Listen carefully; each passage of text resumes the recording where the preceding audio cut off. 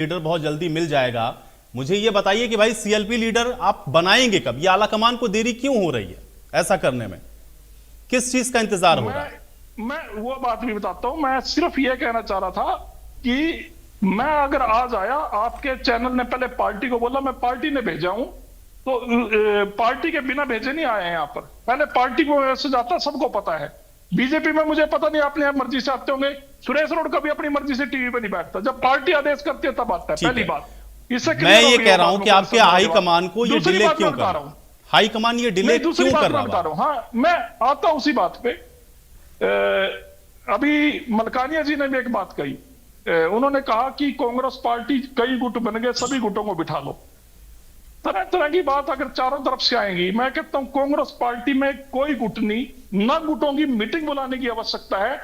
कार्यकर्ताओं की आवाज के ऊपर, मैं दोबारा रिपीट कर रहा हूं, कार्यकर्ताओं की आवाज के ऊपर कांग्रेस हाईकमान जो फैसला लेगा वो सभी को मंजूर होगा। सभी उस फैसले के साथ खड़े मिलेंगे, चाहे मुख्यमंत्री, भावी मुख्यमंत्री के दावेदार हो और चाहे एमएलए और सांसद। नहीं तो ये हो नहीं पा रहा ना, यही तो बात है ना। देखिए रोड साहब, ये कहने में कोई गुटबाजी नहीं, ये कहने में तो ठीक है रोड साहब, आप ये बात आज से नहीं कह रहे हैं, ये तो बात आप बार बार कहते हैं कि कोई गुटबाजी नहीं, सब एक प्लेटफॉर्म पर है। ये डिले क्यों हो रहा है भाई? आपके नेता आज वीरेंद्र सिंह ने अभी क्या कहा है, आपने सुना नहीं क्या उनकी बातों को? नहीं, मैंने सुन लिया, मैं बिल्कुल वो बिल्कुल स्पष्ट बातों को कह रहे हैं, उन्होंने कोई लाग लपेट के साथ बात ये नहीं कही है। इसको स्वीकार करिए कि ये चीजें हैं पार्टी में। हमारे 37 नव निर्वाचित विधायकों ने एक लाइन का प्रस्ताव करके हाईकमान को अधिकृत किया हुआ है और हाईकमान बहुत जल्द फैसला देने वाला है और कार्यकर्ताओं की भावनाओं के अनुरूप फैसला आएगा, किसी न दबाव में आएगा। क्योंकि राहुल गांधी जी, मैं बता रहा हूं, राहुल गांधी जी कार्यकर्ता, चलिए बस वो कब आएगा यही तो जनता जानना चाहती है ना। आखिर अब डिले क्यों है? ये बहुत जल्द का कोई टाइम फ्रेमिंग तो होगी ना। ठीक है, ऐसा मैं एक बात कह सकता हूं, 2024 के अंदर अंदर आएगा। कितने दिन बचे हुए हैं? चलिए ठीक है, ये बात आपने महत्वपूर्ण कही है, यही मैं चाह रहा था ना कि आप बताएं ना। आपने कहा कि 24 से मतलब 25 में जाने से पहले आ जाएगा। ठीक है, अब हम इस पर रहेंगे। दिसंबर में आ जाएगा। ठीक है ओंकार, ठीक है जी। ओंकार जी, नेता प्रतिपक्ष मिल जाएगा 25 से पहले? देखिए आयुष जी, ये तो सुरेश रोड जी बताएंगे, लेकिन मेरे को पता है बाल मुकुंद जी, मैं भी उसी डिबेट में था जब उन्होंने कहा था कि 2 दिन के अंदर अंदर कोई बड़ा फैसला होगा। आप भी शायद, मेरे ख्याल आप ही थे जी, मैं था। नहीं, वो बात कुछ और थी ओंकार जी। वो बात उन्होंने अशोक अरोड़ा जी का नाम लिया था। आप अशोक अरोड़ा जी के नाम के ऊपर ऑब्जेक्शन हुआ था। चलिए ठीक है रोड साहब, ठीक है। अब ओंकार जी। हाँ, नहीं, ये बात, ये इनकी बात का कोई मुंह सिर पैर नहीं ना। इनको तो सिर्फ एक टीस है भाई, ये तो इंडिया गठबंधन में शामिल नहीं करे, इनको ये दिक्कत। चलिए अब रोड साहब, अब उनका वक्त है, उनको बोलने दे। ठीक है रोड साहब, अब आपकी बात आ गई। ठीक है, हाँ ओंकार जी। देखिए आयुष जी, हम भी प्रवक्ता हैं, सुरेश जी भी प्रवक्ता हैं। कोई पार्टी छोटी बड़ी नहीं होती, समय का बदलाव होता है और कुछ नहीं होता।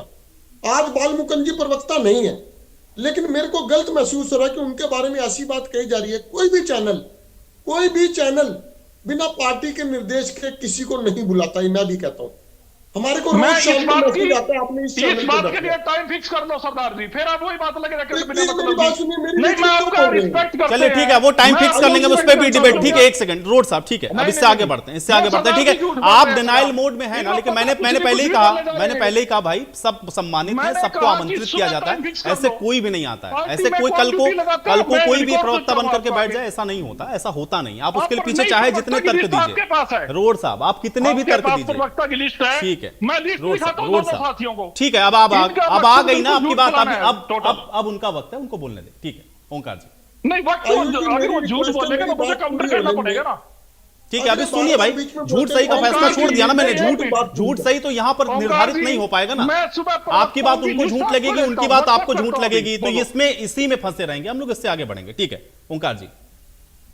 आयुष जी, पहले तो आज के मुद्दे से ही भटक गए हम। ये चलो, ये बात में बात करूंगा। मैं ये कहना चाहता हूं कि मैंने 2 प्रश्न किए थे बेनीवाल जी से। पहला कि एक दौरा कांग्रेस के नेताओं का भी हो जाना चाहिए, कोई जवाब नहीं आया। दूसरा मैंने पूछा था कोई एक समस्या जो उन्होंने निपटाई हो। इन्होंने कहा प्रॉपर्टी आईडी के बारे में मैं बता दूं कि 47.5 लाख प्रॉपर्टी आईडी बनी थी। जितना मैं जानता हूं, ये सोच भी नहीं सकते। 47.5 लाख प्रॉपर्टी आईडी में तकरीबन 2 करोड़ गलतियां थी। किसी में नाम गलत, किसी में पिता का नाम गलत, कॉलोनी का नाम गलत, गज गलत, ऑथराइज और अनऑथराइज गलत, पैसे जमा करवा रखे वो दोबारा से लगे हुए, इतनी गलतियां थी जिसकी वजह से हाहाकार मची। और आज क्या हो रहा है, ये खत्म नहीं हुई गलतियां। आज सिर्फ नगर निकाय विभाग में रेट फिक्स हो गए हैं, 5,000 रुपए ये लेगा, 1,000 रुपए वो लेगा, 2,000 वो लेगा।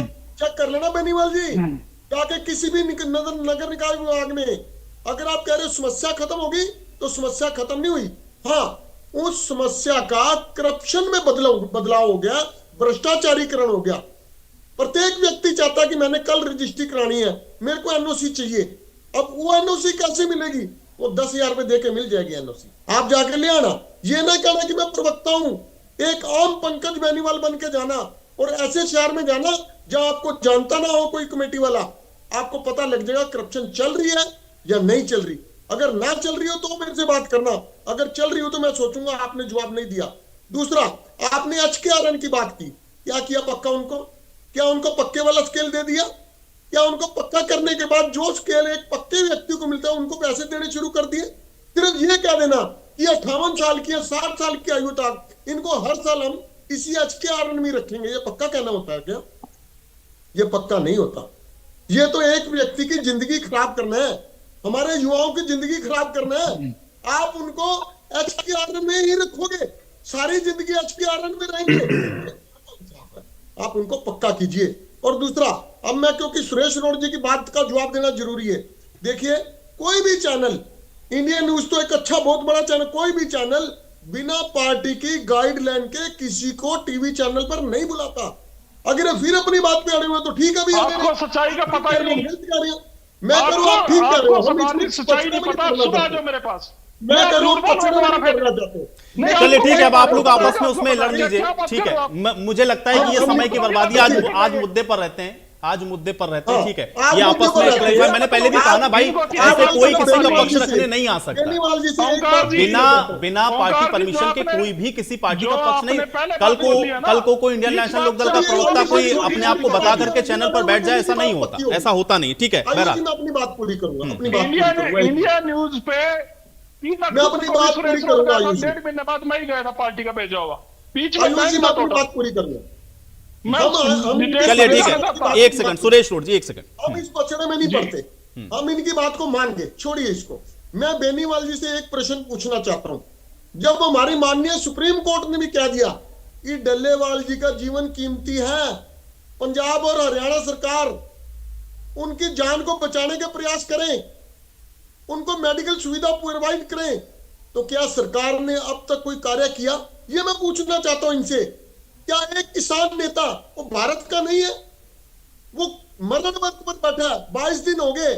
बेनीवाल जी एक दिन बिना कुछ खाए पिए रह जाना। नहीं ओंकार जी, ये बात आपकी बिल्कुल सही है। देखिए, बातचीत के जरिए ही समाधान निकलेगा, इस पक्ष में तो मैं भी हूं, बिना बातचीत के तो कुछ भी नहीं होना। लेकिन वो लाख कमियां होंगी, बिल्कुल बिल्कुल सही बात है आपकी। वो समाधान तो देखिए निकालना होगा, बैठ कर निकलेगा, वो समाधान तो निकालना होगा, ठीक है। मलकानिया साहब, समाधान निकालना, बिल्कुल मलकानिया साहब।